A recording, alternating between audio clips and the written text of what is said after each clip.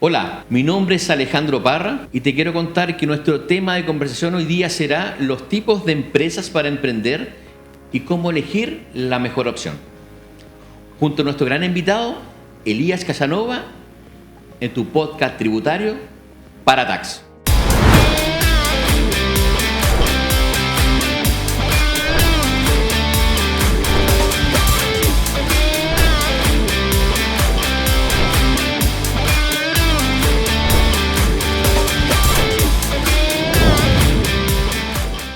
Bueno, para dar inicio a nuestra conversación, tengo el agrado de dar un pequeño análisis curricular de nuestro gran invitado al día de hoy. Y les voy a contar que don Elías hoy es director académico del Magíster en Tributación de la Universidad Mayor, docente de Tributación Internacional en la Universidad Central, profesor en el Diplomado en Tributación de la Universidad de Chile, fue consultor tributario en EDIC, docente en el Derecho Tributario de la Universidad de los Andes, también relator de Thomson Reuters y participa en el Instituto de Derecho Tributario. Bueno, bienvenido, don Elías. Mira, entre tanto título me enredé inicialmente, así que de verdad un orgullo que estés acá junto hoy día a nosotros en nuestro segundo capítulo de Paratax, ¿cierto? Tu podcast tributario, lo tienes que seguir, así que suscríbete. Así es. Muchas gracias por la invitación, Alejandro. Para mí es un verdadero honor y orgullo estar acá. Gracias por la invitación. No, por nada, don Elías. La idea es que nos vamos relajando a medida que vaya avanzando esta conversación, ¿cierto? Nosotros ya nos conocemos hace un buen tiempo, sí. Estudiamos juntos, jugamos a la pelota, tuvimos debut y despedida. Yo no sé si ya está ahí jugando a la pelota. Sí, me está llamando Barcelona, pero no quiero ir. Buenísimo. Oye, Elías, bueno, disparemos inicialmente, ya que este es un buen tema, ¿cierto? Y creo que nos va a demorar un poquito. Y la idea un poquito es iniciar la conversación con los tipos de empresas para emprender, ¿cierto? Cómo darle un poco de tips a los emprendedores, ¿cierto? Y a las empresas, cómo iniciar un negocio. También hablemos de emprendedores nacionales y extranjeros que puedan llegar a formar su negocio acá en Chile. Y dentro de las principales empresas que hoy existen, ¿cierto? Que tenemos hoy día, tenemos la Sociedad Responsabilidad Limitada, ¿cierto? La EIRL, una SPA, una sociedad anónima y el empresario individual, ¿no? Sí. Pero creo que hoy día básicamente nos vamos a enfocar principalmente, ya a pedido suyo, en analizar un solo ente jurídico, ¿cierto? Y que tiene bastantes características que de alguna forma que realmente puede ser hasta mal mirado, ¿cierto? Hoy día, que es el empresario individual. Y nos gustaría que nos comenzáramos definiendo un poco las características del empresario individual y qué consiste esta forma jurídica. Bueno, el empresario individual es la unidad más pequeña de organización, ¿ya? No es un ente jurídico, porque no es una constitución ficticia como sociedad, digamos, pero sí una unidad económica, un tipo de organización. Como decía, es el más básico que puede existir y su característica para un emprendedor, que es lo que nos interesa hoy día dar luces y algunos tips para que lo puedan considerar.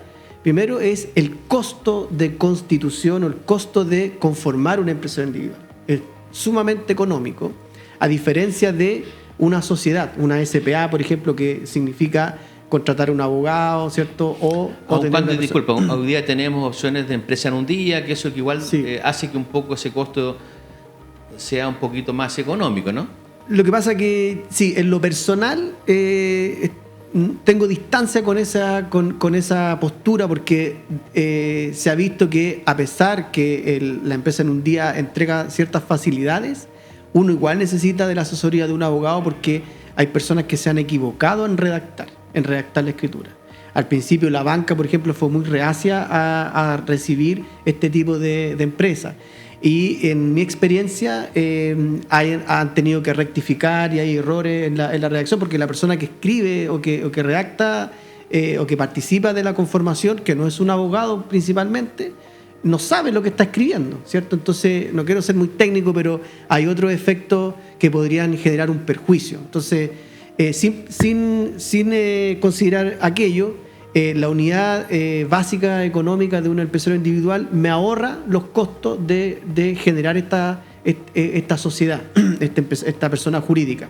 Basta solamente con ir al servicio de impuesto interno, ¿cierto? O más que ir, digamos, entrar a la página del servicio y entregar los datos para poder iniciar actividades como un empresario individual, en primera categoría, ¿cierto? Afecto a IVA, y ahí yo comienzo mi negocio con todos los beneficios tributarios que me entrega un empresario, un contribuyente de primera categoría, ¿cierto? Entonces, esa es el primer beneficio que yo encontraría para el empresario individual. Ya, perfecto. Bueno, recalcar que nosotros igual también recomendamos esa visión externa al momento de la formación como empresa en un día. Yo creo que es vital el asesoramiento en esa primera instancia, sobre todo cuando es un punto de partida.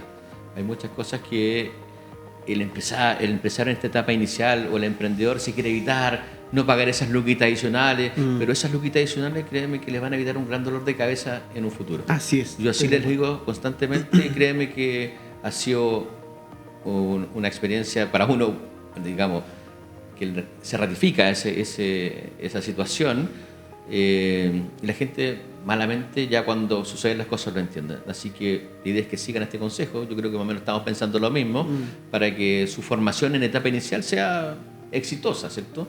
Y que siga ese camino inicial beneficioso y no se transforme en algo perjudicial. Ahora, si hablamos de ventaja y desventaja, está ahí esbozando un poco esa conversación, pero ¿cuáles son las principales ventajas si yo me constituyo como un empresario individual? Y si tengo alguna limitación, ¿cierto?, en contra o en este tipo al elegir esta opción. Ya. Como decía, digamos, dentro de la introducción, cuando uno inicia un negocio, ¿cierto?, una empresa, hay algunos elementos que tiene que tener muy presentes.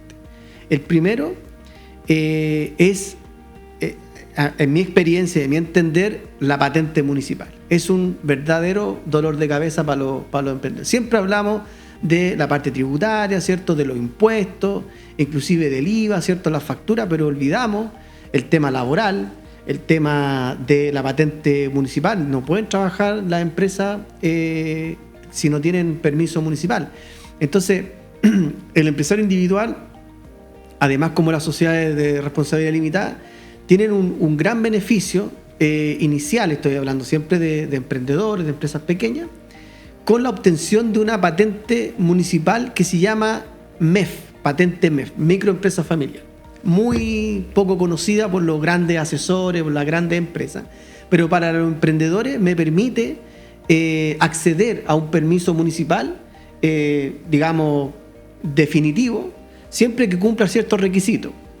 Y uno de los requisitos es ser empresario individual o sociedad de personas o sociedad de responsabilidad limitada. Entonces, y aquí quiero detenerme un segundo, porque lo que se recomienda en general hoy día, tanto los contadores como los abogados, es conformar una SPA, una sociedad por acción, que no va a ser tal vez el foco que nos vamos a dar hoy día de conversación, pero la SPA tiene, por ejemplo, una gran desventaja, que yo no puedo acceder a esta patente MEF. Pero sí como empresario individual y sí como sociedad de personas. Entonces, la primera ventaja como empresario individual es tener un permiso definitivo como, digamos, con esta patente MEF. ¿Okay? Esa es la primera. La segunda, ya lo decíamos, que tiene que ver con los costos de conformar una empresa individual, que no tiene costo, digamos, de conformación, de sociedad, etc. Y luego ya la administración. O sea, la administración propiamente tal se equipara a cualquier tipo de sociedad, ¿cierto?, en la cual tengo que declarar los formularios 29, ¿cierto?, confeccionar el balance si estoy obligado a hacerlo, las declaraciones de renta, las declaraciones de impuestos y también los contratos de trabajo para los trabajadores según corresponda. Eso, en principio, sería como las primeras ventajas. Respecto de las desventajas, y esto es muy también importante, no todo lo que vamos a decir es importante. Sí, obvio. Pero ojo que también una obligación también que nace este inicio de iniciar actividad, y así entiendo que este motorcito un poco para encaminar este proceso de ser empresario o tu negocio llevarlo a una formalidad, también tiene es escalable, ¿cierto? Yo creo que este empresario individual va a tener es como medio finito, ¿no? Yo así creo entenderlo. Tú me vas a explicar después quizás por qué, yo tengo mis razones, pero creo que inicialmente para un proceso inicial de rapidez, de información, para poder salir con un negocio de forma rápida, ¿cierto? Quizás ocupo esta forma de poder desarrollar esta actividad, pero en algún momento, si esto evoluciona y escala, se va a transformar en un problema mayor, ¿cierto? Porque este empresario individual es, como yo digo, es ilimitado. Y ahí tú podéis contar qué significa ilimitado de alguna forma en esta situación que se empieza a confundir los patrimonios y otras cosas más adicionales. Y usted es el experto. Justamente, Alejandro, tocas en el clavo, porque yo eso era lo que te iba a plantear como desventaja, ¿cierto? La desventaja es que el empresario individual confunde, contable y jurídicamente se confunde el patrimonio, ¿verdad? En que lo que tiene el empresario individual como patrimonio personal, su casa, su auto, su casa en la playa, ¿cierto?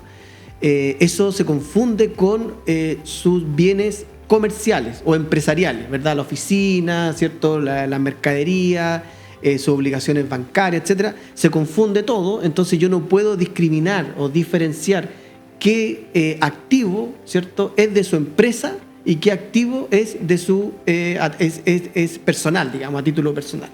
Entonces los acreedores, que puede ser el fisco, la tesorería, los bancos, ¿cierto?, o cualquier acreedor, en ese caso la AFP, etcétera, podrían, ¿cierto?, requerir de pago y embargar, por ejemplo, parte del patrimonio personal, porque su responsabilidad, tal como dices tú, es ilimitada, o sea, no tiene tope por esta confusión patrimonial que tiene el empresario individual. Ese es es una gran desventaja que tiene este empresario individual. Pero, como habíamos dicho, esto es para partir. O sea, un empresario, un emprendedor, ¿cierto?, al comenzar su negocio, lo más seguro, a mi entender, es partir como empresario individual, si no tiene un gran contrato, porque, insisto, estamos empezando el negocio, no sabemos mucho, tenemos un local comercial y queremos, y tal vez no tenemos socio tampoco, ¿eh? No tenemos un socio, estoy hablando de un emprendedor, ¿cierto? Entonces, esa persona tiene alternativa. ¿Cuál es la primera alternativa? Hacer una SPA, constituirse como SPA. Esa es la primera alternativa. Pero tiene la desventaja de la patente MEF, si no tiene su domicilio comercial como corresponde, ¿verdad?, etcétera. Segundo, una EIRL, entendido que es solo. La IRL, la desventaja que tiene la IRL es que te enclaustra, te encarcela en esa figura y no te deja salir. O sea, eres tú y mueres siendo tú. No puedes incorporar otro socio, a diferencia de la SPA. En cambio, el empresario individual te da este paso inicial, ¿cierto?, con toda esta ventaja, y luego tú puedes pasar a la segunda etapa, que es la que tú ya estás proponiendo, en que yo podría, digamos, a través del empresario individual, conformarme como una SPA o como una sociedad de personas, inclusive como una EIRL. Ahí tengo el paso, ¿verdad? El segundo paso, una vez que yo tenga el camino un poco más trazado, yo puedo, con una figura que se llama el aporte, ¿cierto?, a través del empresario individual, aporta sus propios bienes empresariales a una SPA que también es mía, yo la conformo con tales objetivos, y aporto estos bienes empresariales y de tal forma logro la desventaja que tenía como empresario individual, que era dividir, ¿cierto?, separar, escindir la diferencia o la confusión patrimonial que tenía como empresario individual, ya la separo con esta conformación como SPA. Claro, pero ya nos pusimos un poquito más técnicos, en el sentido que vas a necesitar un profesional que te acompañe en ese proceso, sí, ¿cierto? Yo creo que hay una desventaja que no la mencionaste. Pero una desventaja empresario individual es que siempre lo llaman al servicio de impuesto interno de fiscalización. Todos los años en operación renta. Sí. Lamentablemente. Sí. Y tiende a ser un tema y un temazo si no es bien abordado. Por lo mismo, por la confusión patrimonial, ¿cierto? Porque el servicio interpreta que todo es contribuyente, un global complementario, pero no es tan así. Y ahí empieza el proceso de fiscalización y que también si la persona o este empresario no es bien asesorado, eso se transforma en un tremendo problema. Sí. Entonces también otra obligación que nace del proceso de cualquier emprendedor es tener un buen contador y es tener un buen asesor, ¿cierto? Creo que son cosas que el emprendedor tiene que empezar a adquirir. O sea, hoy por hoy no valoran mucho ese trabajo. y parten, pero como avión, y resulta que la culpa siempre, como dicen, es del contador, no están así. Entonces hay una responsabilidad, también es recíproca por parte del profesional, pero también creo que también ellos tienen que saber lo que están haciendo, y es su responsabilidad. ¿Ya? Sí, sí, Alejandro, si me permite, digamos, complementar lo que tú dices, efectivamente, mira, eso nosotros le llamamos costo de fiscalización, pero ya que nos están escuchando muchas personas, la verdad es que la fiscalización nunca debiese ser un costo, nunca debiese ser un costo de fiscalización. La fiscalización tiene que ser eficiente, tiene que ser oportuna, tiene que ser enfocada realmente en hechos que generen valor. Fiscalizar por fiscalizar es un problema, pero hoy día lamentablemente la fiscalización resulta ser molestosa, ociosa, inoficiosa, y no quiero ser tan, digamos, ponerme en un bando o en otro, pero creo que muchos contadores lo dicen cada año en la operación renta. Entonces, lamentablemente, en el empresario individual, respecto de esta confusión patrimonial, está el costo de fiscalización. Pero digamos también la verdad, o sea, el costo de fiscalización no debiese ser, imagínate tú que uno va por la calle con un vehículo y el carabinero, por fiscalizar el vehículo, nos detiene 2 horas, 3 horas, y eso nos genera, o sea, sería impensado. Entonces, tenemos que ser más eficientes respecto de ello. No puede ser que una empresa, ¿verdad?, tome como consideración el gastar dinero y el gastar tiempo en una fiscalización que al final del día es inoficiosa, no llega absolutamente a nada, solamente un minuto más. Fíjate que hay recuadros del formulario 22 que nunca se han fiscalizado o se han fiscalizado muy poco, o que no tienen, digamos, un sentido, como por ejemplo el recuadro del capital propio tributario. Todo un costo. Alguien decía por ahí que cada recuadro del formulario 22 era una declaración jurada. Imagínate tú, una declaración jurada, que significa tener mucha información.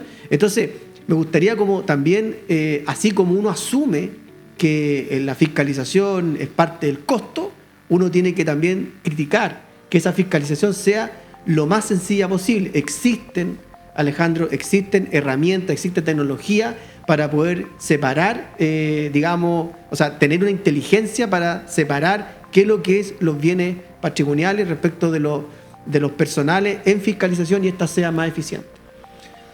Es un gran desafío, valentes fiscalizadores. Esperamos hoy día que con la incorporación del nuevo director, ¿cierto?, que dio señales, ¿cierto?, de que de alguna forma esto avanzaba en una forma diferente, pueda mejorar esto, sin duda. Elías, implicaciones tributarias de este tipo, como el empresario individual. ¿Cuáles son las implicaciones tributarias específicas, ¿cierto?, que tiene un empresario individual al momento de constituirse, ¿cierto?, en comparación con otras empresas? Y si existe algún beneficio fiscal, ¿cierto?, que pueda aprovechar el empresario individual. No conozco, no hay, digamos, solamente por el hecho de ser un empresario individual, y tú me puedes ayudar porque tú eres experto también. Hoy día te estoy entrevistando yo. Después lo voy a hacer yo.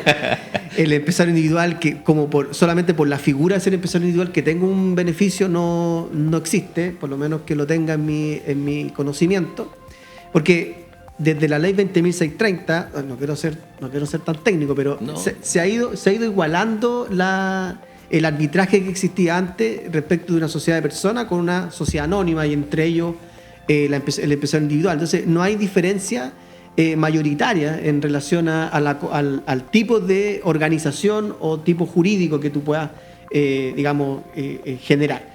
Entonces no hay mayores diferencias como empresario individual. Pero sí, tú me preguntaste por la implicancia. Y aquí entramos en un terreno más transversal, porque el empresario individual va a tributar igual como una sociedad de personas, como una SPA, como una sociedad anónima, igual como una empresa cualquiera, ¿cierto?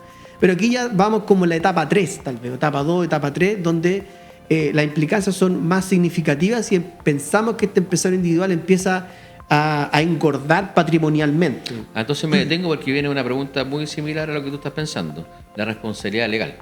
O sea, hablamos de que cómo afecta la responsabilidad legal al empresario individual, qué riesgos personales asumen, qué medidas pueden tomar los empresarios individuales para salvaguardar sus bienes personales. Y un poquito creo que Sí, encaminado sí. a lo que tú querías comentar. Justamente eso complementa y hace un match con lo que hablábamos hace un rato, que tiene que ver con la responsabilidad ilimitada, ¿cierto?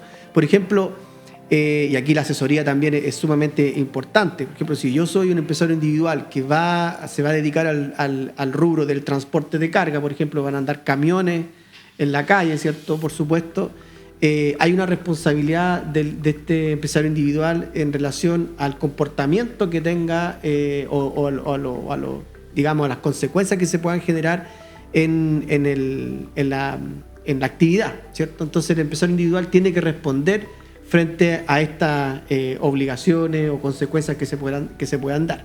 Entonces ahí es donde uno, cuando este empresario individual empieza a crecer, ¿cierto? Empieza a engordar su patrimonio, sus responsabilidades, ese es el momento para dar el paso para ser una sociedad o ser una SPA, por ejemplo. Y con eso, como decía en un minuto, separo el patrimonio, pero también separo la responsabilidad civil, la responsabilidad comercial. No puedo separar la responsabilidad penal, pero sí la responsabilidad, digamos, comercial y civil en algunos casos. Soy partidario de que la persona que ande por la vida respetando los contratos, da lo mismo lo que sea. Si tú eres empresario individual y respetas tus contratos y estás bien asesorado, no debieses tener problemas. Por ejemplo, problemas penales no es mi foco, porque como yo ando por la vida respetando los contratos, da lo mismo la figura que sea. Sí, pero ahí de repente se dan situaciones que no dependen de ti. O sea, Sí. el empresario o el emprendedor de repente va mucho en la confianza, en la formación. Vamos a hacer el negocio, vamos los dos juntos, y la velocidad que anda él haciendo el negocio versus el contrato laboral o el contrato que tiene que hacer por la prestación de servicio, que no contrata al abogado, que no se ha asesorado por un buen contador, lo puede llevar a una situación bastante complicada. Y yo te hablo también a motivo personal, en estos 24 años, sí me han sucedido situaciones que de repente uno, por ir en el objetivo de hacer y emprender las cosas, se le olvidan ciertas situaciones, ¿cierto? Y te ves con un tremendo problema después. Entonces, en ese sentido, es complejo. Por eso que hay que hacer el paso, ¿verdad? No sé si estamos de acuerdo, que hay un minuto y eso lo puede detectar. Bueno, se detecta, como digo, en la medida que uno va tomando más compromisos, firmando más contratos más grandes, tomando actividades más riesgosas como el transporte, como la construcción, ¿verdad? Porque se puede caer un trabajador, ¿cierto? Y provocar algún accidente, ni hablar del transporte, etcétera. Entonces, en ese momento hay que hacer el traspaso, ¿verdad? Y el cambio de organización, y el empresario individual te da pie para, a través de esta figura, como decíamos, del aporte, yo podría, ¿cierto?, configurar una SPA y así yo separo las responsabilidades comerciales, empresariales, respecto de mi responsabilidad como persona natural. Entonces, ahí está el paso. O sea, ni hablar de temas laborales por una demanda, de alguna forma, Sí. que ahí sí que le pega fuerte. Sí. Cuidado con la Icarín. Sí. Así que me tratas bien el día, ¿ok? Sí.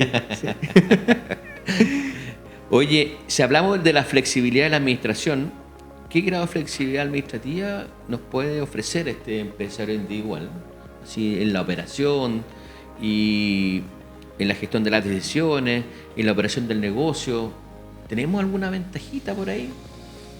O sea, claro, en términos de administración, el empresario individual siempre vamos a tener que fijarnos en qué grado de tamaño tiene la empresa. Si un empresario individual tiene una empresa muy grande, ¿verdad?, más que ventaja va a tener desventaja, ¿correcto? Más que tener una eficiencia en la administración. ¿Por qué? Porque el empresario individual va a tener que siempre firmar, va a tener que siempre estar yendo a los bancos, ¿cierto? Entonces ahí, en relación al primer paso que conversaba yo en un inicio, que es emprender, iniciar el negocio, acá ya se recomienda todo al revés. O sea, si yo tengo una empresa, ¿verdad?, consolidada, que tiene grandes contratos y administrar grandes bienes y patrimonio, va a tener que hacerlo a través de una sociedad.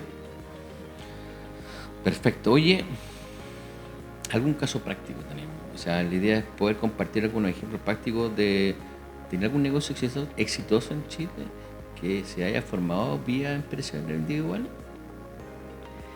Exitoso en Chile, O sea, conocido. yo me acuerdo de repente, yo soy medio vinílico, pero de repente unas grandes ferreterías, tú pedís la boleta y era el RUT de una persona. Po. Sí, Sí. grandes cadenas de ferretería, no me acuerdo el nombre en este instante, pero no sé si te ha tocado algún caso. Yo, bueno, tengo algunos casos, algunos clientes, tengo que proteger su identidad, Ah, ok. que son empresarios individuales y muy exitosos, pero se han encontrado con estos problemas que estamos ¿Y cuáles son los teniendo. errores más? Bueno, un poco para hacer como un pequeño resumen.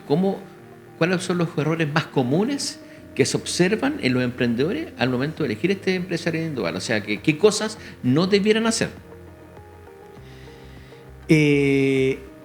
Bueno, primero, lo que no debiesen hacer va un poco de la mano con lo que hemos conversado, o sea, el tema de los contratos de trabajo. O sea, creo que ahí es un punto también clave. El hecho de efectuar una contratación directa como empresario individual a una gran cantidad de trabajadores, con todo lo que se ha venido haciendo y modificando en esta ley, muy complejo que el empresario individual haga contrato de trabajo directamente. Eso es lo creo que hay que O sea, revisarlo. estamos pensando en la informalidad, dices tú, no creo, ¿no? No, por supuesto que no, me echarían de todas las comisiones. Pero no, estoy pensando en configurarse formalmente como una sociedad, Ok. como una SPA. O sea, Sí. ya a cierto rango de cantidad de empleados, tus recomendaciones sabes Sí. que damos el siguiente paso. Exactamente. O sea, finalmente si queremos hacer un punto clave es que una vez que este empresario individual logró una conformación tanto patrimonial como contractual, comercial, tiene que dar el paso. O sea, el error es quedarse como empresario individual per se. Ese sería como un error, ¿verdad? Y alguien me podría decir, oye, Elías, dame un termómetro, o sea, un punto. Eso primero se lo dejo a los asesores, a los contadores. Yo no hay como un punto. Pero sí creo en virtud del riesgo. El riesgo, o sea, el consejo no es transversal para los transportes, digamos, construcción, etcétera. Sí el riesgo, si estoy tomando mucho riesgo como empresario individual, como persona, ahí tengo que hacer el cambio. O sea, el contrato grande que tienes no lo debes firmar como un empresario individual, ¿verdad? Pero iniciar tu negocio sí, porque no sabes, no tienes claridad, ¿verdad? La tributación va a ser la misma, el pago del IVA va a ser el mismo, ¿verdad? La franquicia, las rebajas de impuestos van a ser todas iguales. Lo que no va a ser igual es la confusión patrimonial, el riesgo que vas a tomar como empresario individual, ¿cierto? Y los perjuicios que eso te podría llegar a hacer, porque no es lo mismo, ¿verdad?, responder con todo mi patrimonio que responder con el patrimonio de la empresa, por último que ella se haga responsable de sus propios contratos. Entonces eso es un error de parte del empresario individual, quedarse permanente. Y ahí tú me viste algunos ejemplos, hay muchos ejemplos que tengo de mi experiencia también, donde estos empresarios individuales han continuado siendo así y hoy día están pagando las consecuencias o están arrepentidos, pero nosotros, ¿verdad?, en tanto nos hemos encontrado en su camino, le hemos dicho que tiene que conformarse como sociedad. Y ahí tiene otro problema, que tiene mucho patrimonio, entonces ¿cómo puedo hacerlo a través de una figura jurídica eficiente y económica, poder pasar a ser una sociedad por acciones, por ejemplo? Yo creo que también es un punto, dentro de lo que te comentaba de la administración, irrelevante, es que sea ordenado el empresario individual. Por sobre todas las cosas, el empresario individual tiene que ser en extremo ordenado. Saber distinguir y llevar su control de lo que significa su contabilidad en una cuenta corriente que maneje el negocio, no que tenga un sinfín de cuentas corrientes, ¿cierto?, que no sepamos cómo identificar, porque ahí se nos viene una justificación de origen de fondos, ¿cierto?, de dónde provienen los dineros, que son las cosas que abordamos en los procesos de fiscalización. Entonces, insistir en eso creo que es algo importante, que no nos desordenemos. De repente dicen, no, es que la confusión de repente me puede ser beneficiosa. Yo creo que no es así. Para mí un empresario individual tiene que ser en extremo ordenado. En extremo ordenado en saber distinguir qué es lo que es el negocio y qué es lo que es a nivel personal. Sí, tú das de nuevo en el clavo, porque creo que si bien haces énfasis en el orden, eso también es transversal. O sea, cualquier sociedad, cualquier empresa debe ser, sobre todo hoy día, con todo el tema de los costos de fiscalización, tengo que ser tremendamente ordenado. Eso es lo que hay que dejar en claro. O sea, no quiere decir que siendo empresario individual, sumamente ordenado y después ser SPA, relajo los controles. Efectivamente, para poder tener esta diferencia, ¿verdad?, contable o empresarial entre la persona y la empresa, tengo que tener una contabilidad ordenada. Pero fíjate también que cuando yo estoy iniciando mi negocio, existen algunos regímenes que no te obligan a llevar contabilidad, como el régimen transparente, mi régimen favorito. Ya mis alumnos sabrán por qué, ya me han escuchado. Pero ese régimen de transparencia tributaria, así como el régimen ProPyme, que está dado para, no hemos hablado sobre el régimen tributario, pero es parte de las obligaciones que tiene que tener toda empresa, y por supuesto el empresario individual, está el régimen transparente, que se utiliza, se ofrece, y es una carta bien admisible.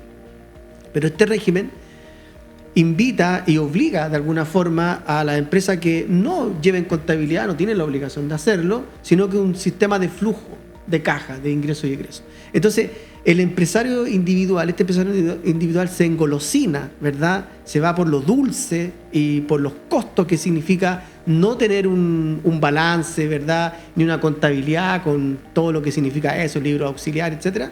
Entonces lleva un libro de flujo de caja. Y eso no soluciona el problema.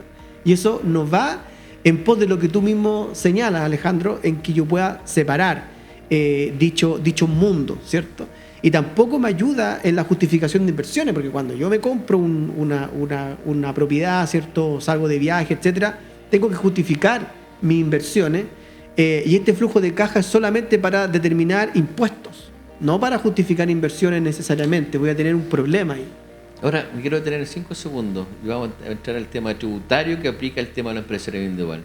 ¿Por qué el régimen transparente y no el régimen ProPyme, que es el 14D? ¿A qué te refieres con eso? ¿Por qué tú dices es mi régimen regalón, el D8, no el D3? Hablemos que el D8 es un régimen súper simplificado, como dice don Elías, donde tengo un libro de ingresos y salidas. Y en el otro régimen me obligan a llevar una contabilidad, ¿cierto? Y a registrar todos los hechos económicos en un balance. Cuéntanos, Elías, instrúyenos, por favor. ¿Quieres que yo muestre mis tips?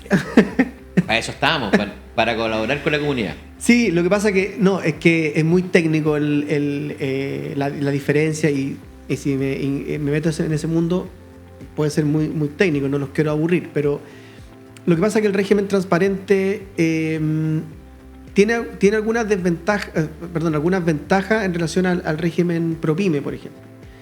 El régimen transparente no se le aplica el artículo 21, el 40%. Entonces, si yo comparo y lo echo a competir, el régimen... Respiramos que para que lo no entendidos, el 40% son los gastos rechazados, ¿cierto? Sí. Que una empresa tiene, o sea, definamos gastos rechazados que no tienen relación con el giro de la actividad del negocio. Claro, ¿cierto? Claro. Ya.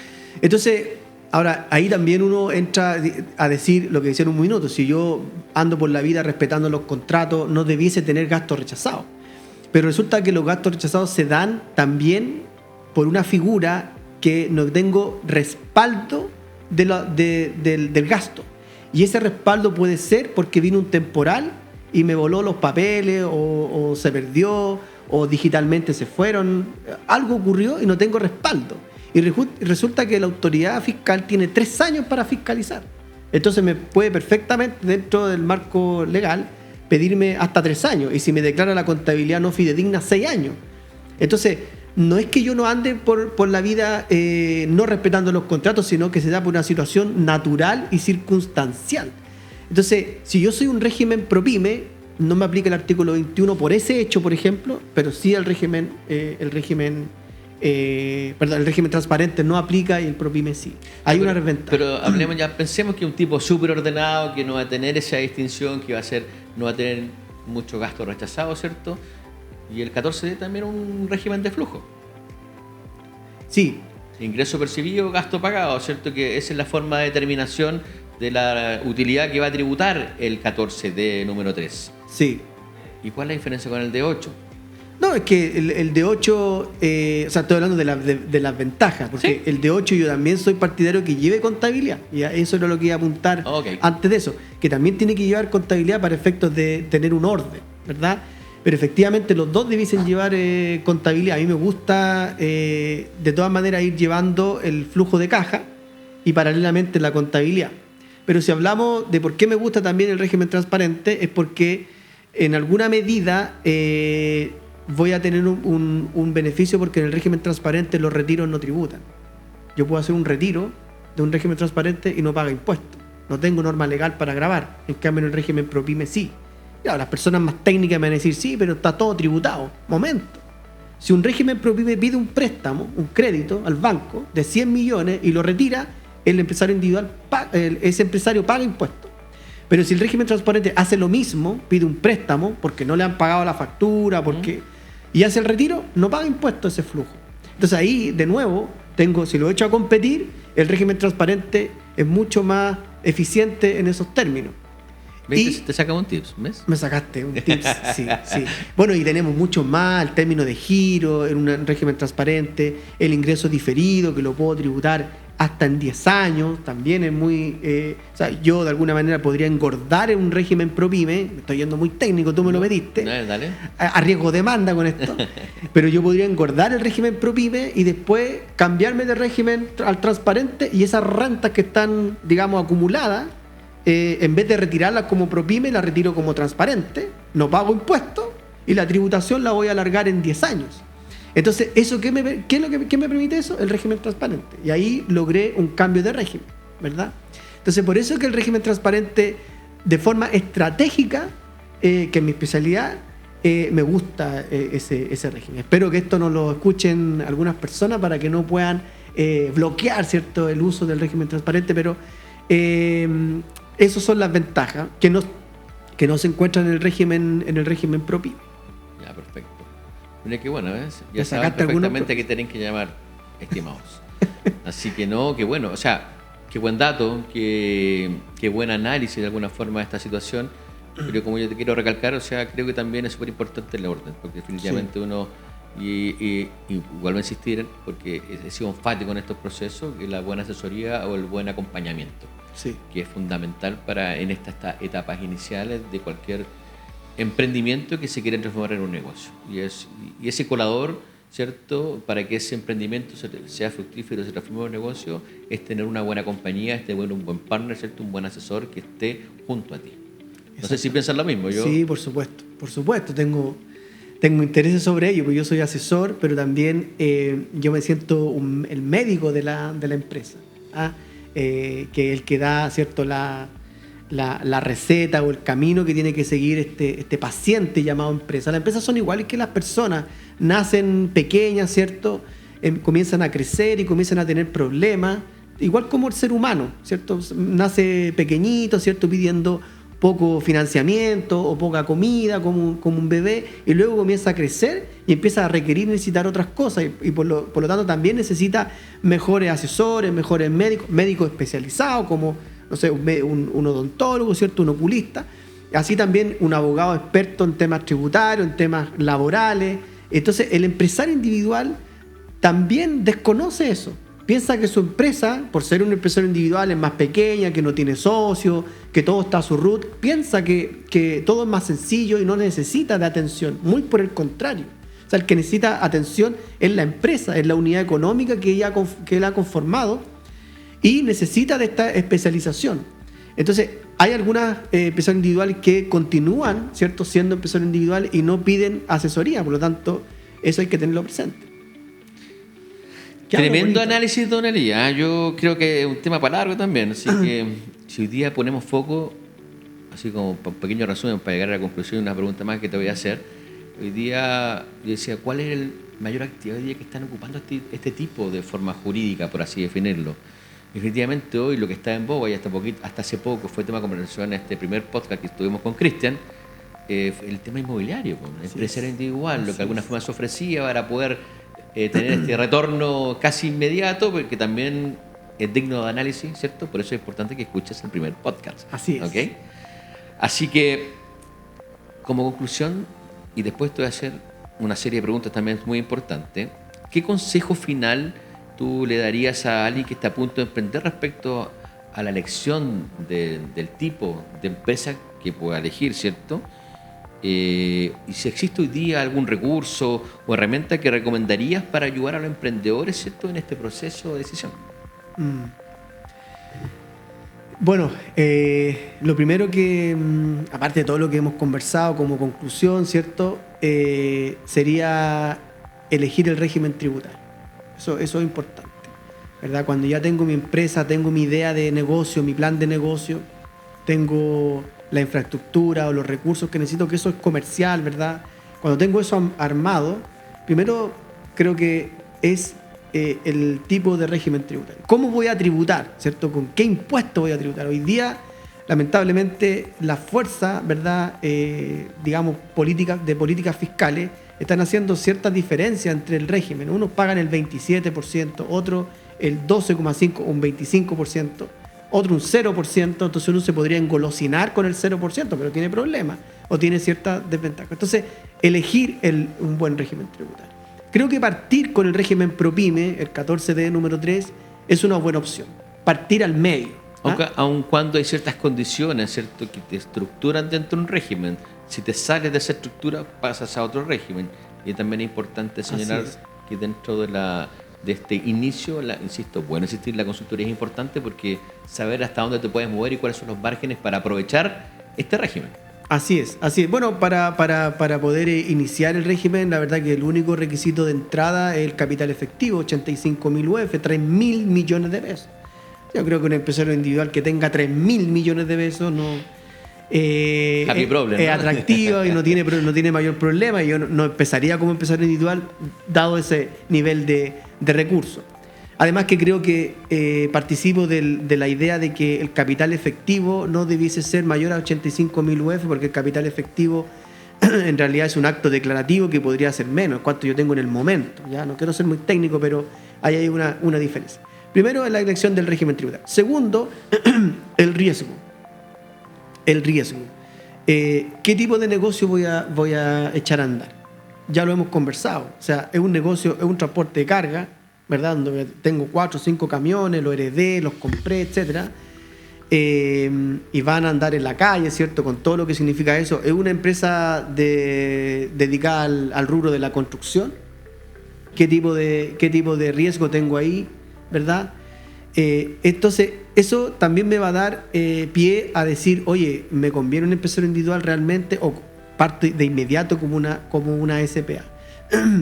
Tercero, la proyección, el plan de negocio. Si es una proyección que yo estoy por ir descubriendo, ¿cierto?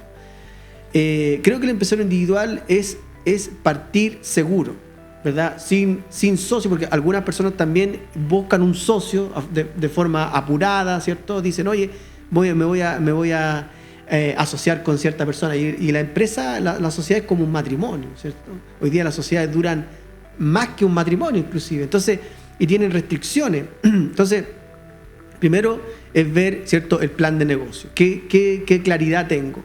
En virtud de ello también es decir, si el empresario individual, yo no vengo a defender el empresario individual, sí tiene varias herramientas, pero debiese tener claro si el empresario individual realmente es mi elección. Y frente a eso, yo diría, como tips y como consejo, es decir, si usted tiene un plan de negocio sumamente claro, proyectado, ¿verdad?, etcétera, fíjese metas. ¿Hasta qué tiempo va a ser empresario individual y luego va a saltar a ser una sociedad o una SPA? O parta de inmediato siendo una SPA si el plan de negocio, los recursos, la infraestructura y el riesgo está sumamente claro. Esos son los puntos que yo le diría como para elegir el régimen y elegir el tipo de organización. Perfecto. Crack, don Elías, muchas gracias por ese pequeño análisis final. Los tips van a quedar grabados, ¿cierto? Después los vamos a sacar para difundir en las redes, ¿cierto? Y de alguna forma, quien quiera contactarse con don Elías, ¿dónde lo podemos ubicar, don Elías? ¿Alguna página web, algún Instagram? ¿O usted no está digitalizado?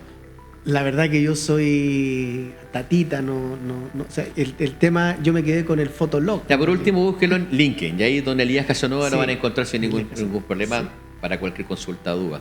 Oye, agradecerte, ¿cierto? Pero antes que terminemos nuestro podcast, ¿cierto? Nuestro, siempre, como digo, un comité creativo creó una instancia que se llama Ping Pong Tributario, ¿ya?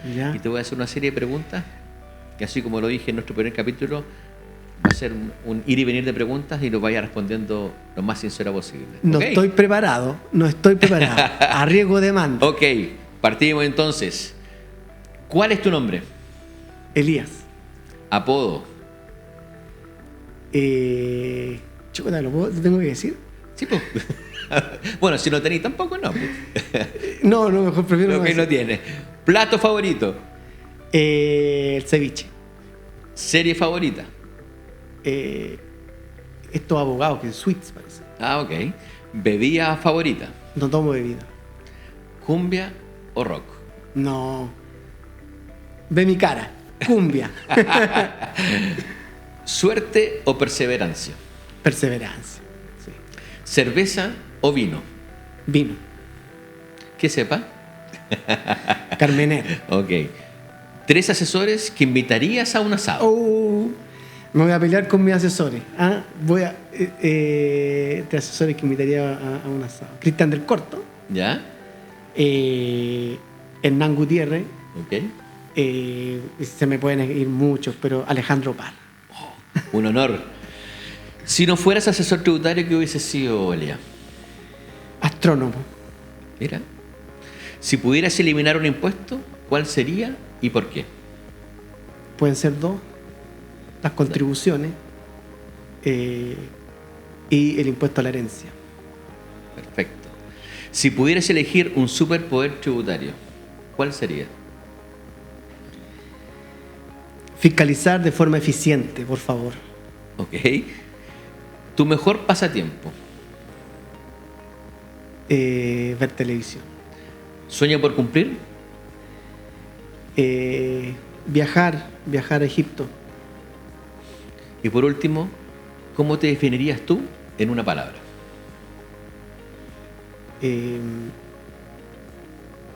Me definiría como perseverante. Perfecto. Muchas gracias, don Elías.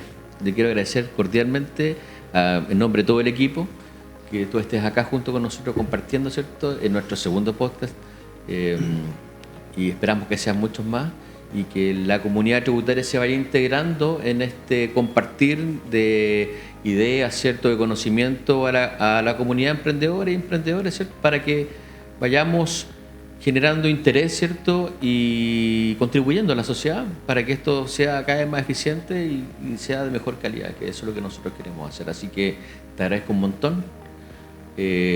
A todos los que están acá le digo lo mismo, así que te admiro profundamente. Nos conocimos en un momento súper importante de nuestras vidas, ¿cierto? Y creo que has avanzado y verdad que súper orgulloso de lo que has logrado, así que creo que queda para mucho rato, así que de verdad te agradezco mucho. Y ya, pues te espero en una próxima cita a ver qué se puede hacer. Eso. Oye, muchas gracias, Alejandro, por tu invitación. Yo, de verdad, un orgullo estar acá sentado. Sé que van a venir muchas otras personas más. Realmente la humildad la trabajo, pero realmente la trato de materializar con conciencia. Te conozco también, eres una gran persona, sobre todo un gran profesional. Y espero, sí, siempre dispuesto a otra invitación. Muchas gracias. Saludos a todos también. Muchas gracias a todos quienes nos escuchan y ya nos verán en nuestro próximo capítulo de Paratax, tu podcast tributario. No te lo pierdas. Nos vemos. Chao. Chao, chao.